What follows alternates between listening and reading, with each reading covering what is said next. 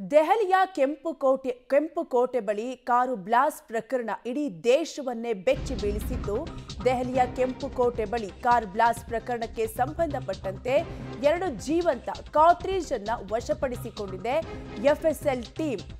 ದೆಹಲಿ ಸ್ಫೋಟದ ಸ್ಥಳ ಪರಿಶೀಲನೆ ಸಮಯದಲ್ಲಿ ಎಫ್ಎಸ್ಎಲ್ ಟೀಮ್ 2 ಜೀವಂತ ಕಾರ್ಟ್ರಿಜ್ ಅನ್ನು ವಶಪಡಿಸಿಕೊಂಡಿದ್ದು, 2 ವಿಭಿನ್ನ ರೀತಿಯ ಸ್ಫೋಟಕಗಳ ಮಾದರಿಗಳನ್ನು ಎಫ್ಎಸ್ಎಲ್ ಟೀಮ್ ಸಂಗ್ರಹ ಮಾಡಿದೆ.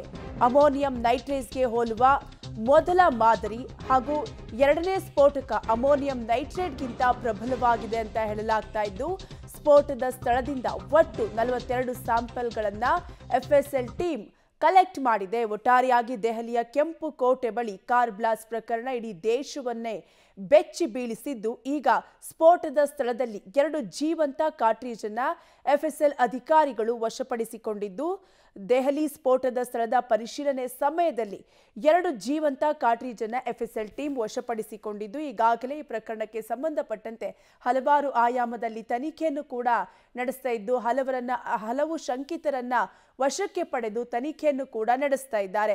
ನಿನ್ನೆ ಸಂಜೆ ದೆಹಲಿಯ ಕೆಂಪುಕೋಟೆ ಬಳಿ ಸಂಭವಿಸಿದ ಆತ್ಮಾಹುತಿ ದಾಳಿ ಇಡೀ ದೇಶವನ್ನೇ ತಲ್ಲಣಗೊಳಿಸಿದ್ದು, ಈ ಉಗ್ರ ಕೃತ್ಯದ ಹಿಂದೆ ವೃತ್ತಿಯಲ್ಲಿ ವೈದ್ಯನಾಗಿದ್ದವನೇ ಮಾಸ್ಟರ್ ಮೈಂಡ್ ಆಗಿದ್ದು, ವೈದ್ಯ ವೃತ್ತಿಯಲ್ಲಿದ್ದುಕೊಂಡು ಭಯೋತ್ಪಾದಕರ ಜೊತೆ ಸಂಪರ್ಕವನ್ನ ಹೊಂದಿದ್ದ ಈತ ಆತ್ಮಾಹುತಿ ಬಾಂಬರ್ ಉಮರ್. ಒಟ್ಟಾರೆಯಾಗಿ ಈ ಬ್ಲಾಸ್ಟ್ನಲ್ಲಿ ಆತ ಕೂಡ ಸಾವನ್ನಪ್ಪಿದ್ದು, ಈಗ ಸ್ಫೋಟದ ಸ್ಥಳದಲ್ಲಿ 2 ಜೀವಂತ ಕಾರ್ಟ್ರಿಜ್ ಅನ್ನು ಎಫ್ಎಸ್ಎಲ್ ಅಧಿಕಾರಿಗಳು ವಶಪಡಿಸಿಕೊಂಡಿದ್ದಾರೆ.